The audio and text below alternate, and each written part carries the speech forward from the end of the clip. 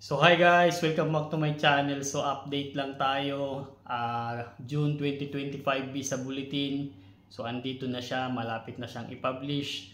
So pag-uusapan lang natin dito yung nagiging movement ng final action date for fiscal year 2025 visa bulletin, especially dito sa employment based preference. So yun nga, dito sa employment based preference, so 8 months na yung lumipas from October 2024 to May 2025. So talagang napakasaklap, napaka-limited lang yung movement niya.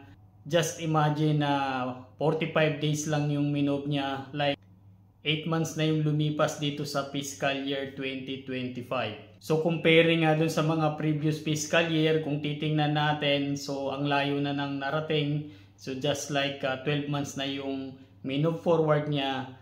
Pero dito sa fiscal year 2025, so yun nga yung sinasabi natin, 45 days pa lang yung minove forward niya dito sa AB3 Employment Based Third Preference. So, kaya nga sana this coming June 2025 na parating na visa bulletin, so hopefully mag-move na ito kasi alam naman natin for every fiscal year merong allotted visas, which is dito nga sa Employment Based Preference is merong 140,000 visas. After kasi nitong June 2025 visa bulletins, so almost 3 months na lang yung natitira, July, August, September. So kung titingnan kasi natin yung mga previous history, so from July, August, September, so most likely nag-stop move forward na or minsan nga nag-move backward pa siya.